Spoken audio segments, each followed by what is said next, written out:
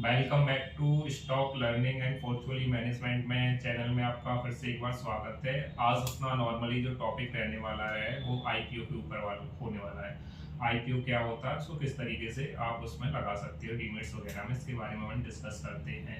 Mostly जो IPO का full form रहता है वो इनिशियल पब्लिक ऑफर रहता है, जिसमें कि पब्लिक को फर्स्टली बिडिंग करने के लिए किया जाता है। जब भी कोई कंपनी फर्स्ट टाइम मार्केट में आती है तो उसको आईपीओ के थ्रू ही आना पड़ता है। तो आईपीओ में क्या रहता है, पब्लिक को इनवाइट किया जाता है कि आप हमारी कंपनी में इन्वेस्टमेंट कीजिए। जैसे कि अभी कुछ टाइम पहले एनएसडीएल का आईपीओ आया था, तो एनएसडीएल में जो भी ये कंपनी अपने कहीं ना कहीं जो उसकी वैल्यूएशन रहती है उससे डिस्काउंट प्राइस पर रखती है, जिससे कि पब्लिक का रिस्पॉन्स अच्छा मिले। पब्लिक का रिस्पॉन्स अच्छा मिलेगा तो उसमें आईपीओ में प्रॉफिट कमाने के चांसेस भी ज्यादा रहते हैं। कई सारी ऐसी भी कंपनियां हुई हैं जिनके आईपीओ आते हैं 2 से 5 दिन में ही लोगों का पैसा डबल हो जाता है। बट ऐसी कंपनियों में हर इंसान को नहीं मिल पाता, क्योंकि उसका सब्सक्रिप्शन जाता है, किसी का 100 टाइम जाता है, किसी का 50 टाइम जाता है। 50 टाइम रिक्वायरमेंट ये होता है कि अगर किसी को 100 करोड़ रुपए चाहिए, ठीक है ना, तो 100 करोड़ का आपको पब्लिक में जो रिस्पॉन्स मिला वो 50 गुना रिस्पॉन्स मिला।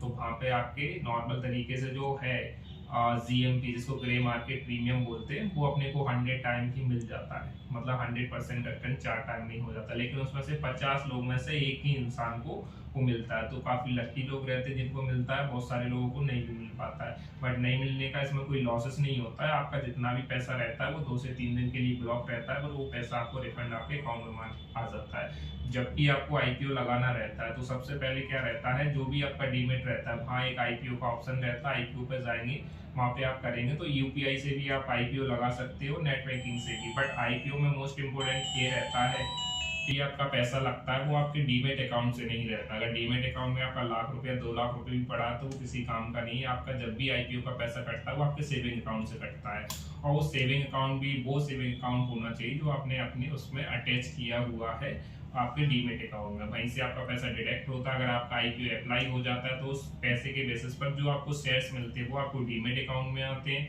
अगर आपका आईपीओ नहीं लगता है तो जो पैसा रिफंड जाता है वो भी आपके सेविंग अकाउंट में रिफंड हो जाता है।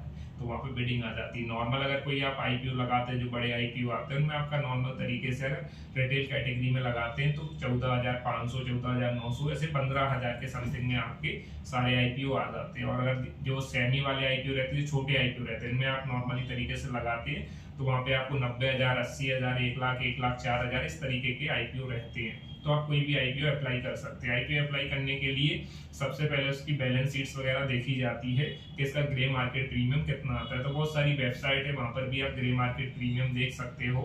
इसके बारे में मैं भी आपको 1-2 वेबसाइट के बारे में बता दूंगा जहां पर आपको ग्रे मार्केट प्रीमियम पहले ही दिख जाता है, बट वो एक्सेप्टेड रहता है, एग्जैक्टली क्लियर नहीं रहता। तो थोड़ा बहुत उसी के आसपास ही मार्केट में आपको चीजें आई जाती है। Okay, thank you.